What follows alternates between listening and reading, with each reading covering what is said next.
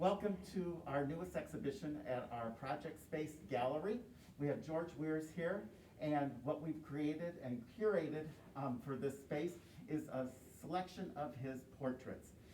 And we're standing with the artist in front of one of his self-portraits. So can you tell us just a little bit about how you got so interested in portraiture, and if history has anything to do with it? From very, very young, I've always wanted to do portraiture, and I did. And I've loved looking at different portraits. And as I got a little bit older, I did more research, and I discovered people were doing portraiture in watercolor, and I thought it was fascinating. So I gradually learned how to do it. As I got older, life got in the way of art. That does happen. Life will get in the way of a lot of things. And when I finally retired for real, I thought about it and go, I want to go back to my art. And that's when I really started concentrating on developing portraiture.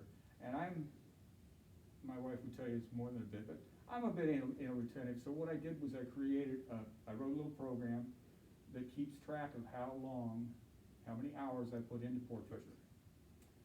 And that way, when I hit about 1,000, that was the initial target, just get to 1,000, and I could tell that things got more free. Well, it builds the confidence. It does. It does. And It does. You really become the artist where you have command of the medium, in particular. Let's go in and meet some of your friends and family, because that's what a lot of these pieces are all about. This, I think, actually, well, there's a friend, I can't remember if that's a friend, but. Friend. So, here are some. When we were looking at all of your work and trying to curate the show, the one thing we did notice is that a lot of these are watercolor, and so we chose 90% of them are watercolor. And I know a lot of times with portrait artists that sometimes they use sketches and sometimes they use cameras as their sketch. So how do you approach creating a portrait? My camera is something to capture a reference photograph. And I like to take several reference photographs, because each frame is nothing but 1/125th of a second. And that really doesn't tell you anything about a person. But I keep talking to the person, I keep shooting, and I change angles, and gradually, eventually, the person will relax. And then you can get not just a likeness, but the character of the person. Unless they hit me before I finish Yeah, shooting. and that is one thing I think that most portrait artists do. They want to build character. They want you to have some kind of empathetic reaction to the individual that you're seeing. Now, you said, this is a... It's a friend. That's a friend? All these are friends, are they? Well, except for the daughter in the middle, or the third one down. Okay, so, now, do you have people sit for you, or just use the camera? Occasionally, I will get work with a live model, but it's more convenient, instead of having the hours upon hours of sitting there to get the references. But I enjoy working from life, but it just takes longer. It does, it does. Well, and we've heard, especially with Rembrandt and people like that, that sometimes it is days upon days upon days. And even, there's a contemporary portrait artist named Chuck Close, who has done these huge, magnificent close-up portraits of friends and famous people and things like that. And a lot of people just tend to like to take from photographs in magazines, or even if they were at a concert and took a picture and paint them. But I know that sometimes we have people that you've just taken pictures of that have interesting stories, especially this young girl in the bus. And then these two remarkable people who are at our fine art fair, looking at art. Actually, they're not. Oh, good. And that's the point of the painting. If you look here, nobody is really looking at the art. And that's not the way I planned it. The reference photograph shows nobody's looking at the art. And what I've done also is I have put references to some artists who have influenced me.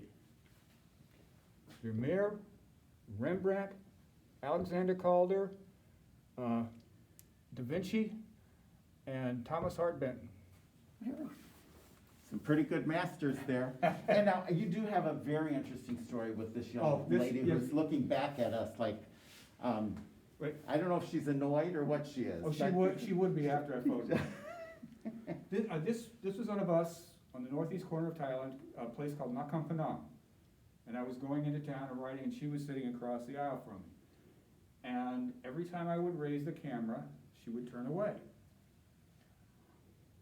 I am persistent, and I accomplish my objectives, but sometimes it's difficult. And there was a gentleman, a Thai gentleman, who reached over and tapped her on the arm. And she turned around and I got the photograph, and then she saw that I got the photograph. This is 50 years ago. She's probably still telling her grandchildren about that crazy American who photographed her. But yeah, it's called. And it's so wonderful because it's one of those moments that you know was just kind of impulsive, just someone turning Yes. around to look, and you've captured it, but you've also got her kind of curiosity. You know, she wondered who tapped her on the shoulder. So Exactly. I think that really makes it kind of more sympathetic and also kind of real, you know, because this is how people are. Is this your grandson? No, Or son? this is, he's one of my judo players. Oh, okay. He was 13 at the time, and there was one time that he was sitting there contemplative, wasn't moving, because he really did not like to have his photograph taken, and I can snuck up on him. understand. But yeah, it's kind of a thinker type thing. He's sitting there thinking, contemplating, and I was lucky enough to capture that.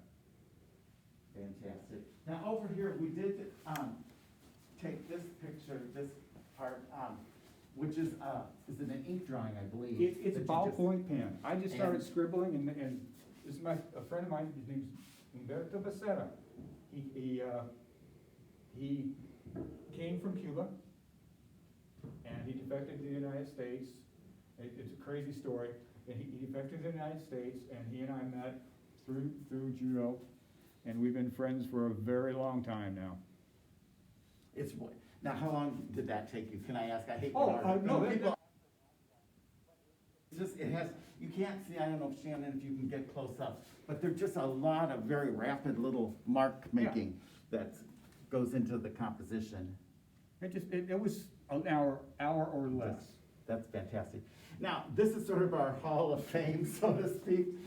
When Jeff and I were unpacking all these pieces, these automatically just kind of talk to each other as well as to us. Yeah, And so you're a strong we hand. put them together, and I know each one actually has its own story. So It can does, you yeah. just briefly tell us about the Raphael? Yeah, this is Rastaman, Rastafarian I met in Jamaica, Falmouth, I believe it was, Falmouth, Jamaica, and he was just sitting there. And if you ever get a chance to meet or speak to a Rastafarian, do it. They are some of the sweetest, friendliest people you will ever want to meet. They just want to get to know you. In Jamaica, if you go into Jamaica, and they'll ask you, have you been here before? And if you say yes, they will say, welcome home, and they mean it. Yes.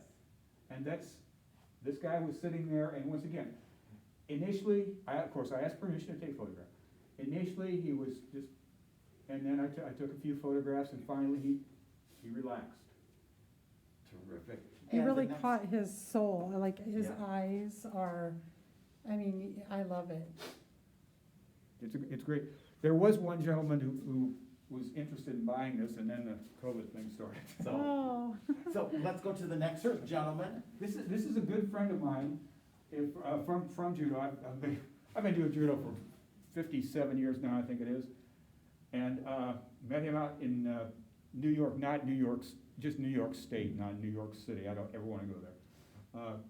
But he and I were talking one time, and we became instant friends when we learned that we were very close proximity in the northeast of Thailand. Of course, at the time we didn't know it. Yes. And he's just a great person.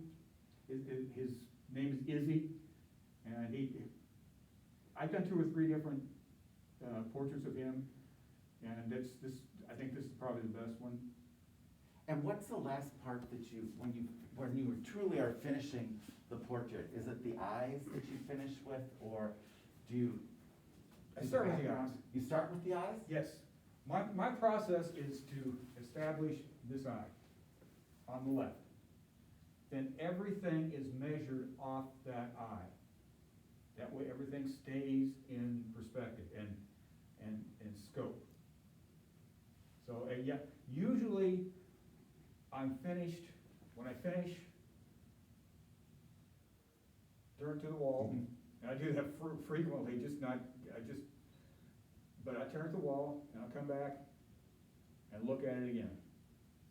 And sooner or later, I'm gonna go, that's done. I can't remember who said it, but there is a saying that art is never finished, nearly abandoned, merely abandoned. Nearly. Yeah, merely, but that's true. Especially if, it's like, you could go forever and just Yeah. nitpicking things and destroy it then. But, yeah, it's. And is this the oldest person you've? Yeah, that's my mother-in-law. She is 95 now. She's in assisted living, unfortunately, but they're keeping her very safe. They're getting very good security, and that was painted from a photograph of her 90th birthday. She and my wife were born. My wife was born like 3 days before her birthday or something like that. So we did 150th. or 130th, I don't remember which, but yeah, birthday party. And I got that photograph from her, from there, and This woman is a very strong woman. she is. This is another lady from Jamaica. She was in the lobby of the resort at which we were staying that time, there in Montego Bay. And she was, anybody that would listen, she had a little desk and a display, and she was telling about the history of Jamaica. And I didn't know it, my wife didn't, but at one time the Germans tried to colonize Jamaica. I did not know that either. Apparently it was a long time ago. But luckily it didn't work. But she was very proud of the fact that her name was Habsburg. And because that's lineage from the Germans. And the wife and I were walking back towards the beach, and I just stopped and I said, her name's Habsburg. The Jamaicans dropped the H's. She's from the Habsburgs, which coincidentally, a couple of our best friends are Habsburgs, and the husband is literally in the line of succession, about 153 down. But it's all in the bloodline. It's all in the bloodline. She was so proud of the fact that she's an Habsburg. That's fantastic. So that's why it's entitled Milady Habsburg. Here we have a series of all men except for this one, but I think I call them kind of more intimate portraits because they're smaller, but they're also, they look like you're very familiar with these people. Yes. You know, when you see them, it's like it could be anybody on the street that you bumped into. Yeah, this is a friend from judo again, and I've known him for several years. As you can see, he's ornery, very intelligent, very good friend. My brother, my younger brother, he's once again ornery, and known him for a long time, obviously. Our oldest grandson, and on the day that the reference was captured on him, he was wearing an oversized sweatshirt, a hoodie, and he just turned 14, and I was standing there talking to him, and I realized the oversized hoodie, just the confidence. Mm-hmm. He was 14, turning into a young man. And it's, I don't believe in symbolism that much, but I mean, it was there, all on its own. Very good. Yeah. Very good. And this is my friend Sid Kelly, who, once again, he and I were at the Olympic Training Center several years ago, and we got put in a room together. So that was in the early '80s, and we're still communicate. For the last few years, we shared a room at the judo camps out in New York. Now, do you share pictures of the portraits with your friends? Oh, absolutely, yeah. The- Yeah, So and they do know that they exist, that some are, Yeah, a lot of people around here are looking for them. yeah, because, I typically send them, especially if I do an early study and it comes out well, then that goes to them. And then lastly, this is my grandmother. My maternal grandmother. And was that based strictly on a photo, or Yeah, was she, yeah. she did sit for you? Or? No. It was one of those things that I came across the photo after I started getting back to my watercolor and my portraiture, and I found that. So. Now, have you done many portraits in any other media? I do pen and ink. Well, I love pen and ink, and I also do charcoal.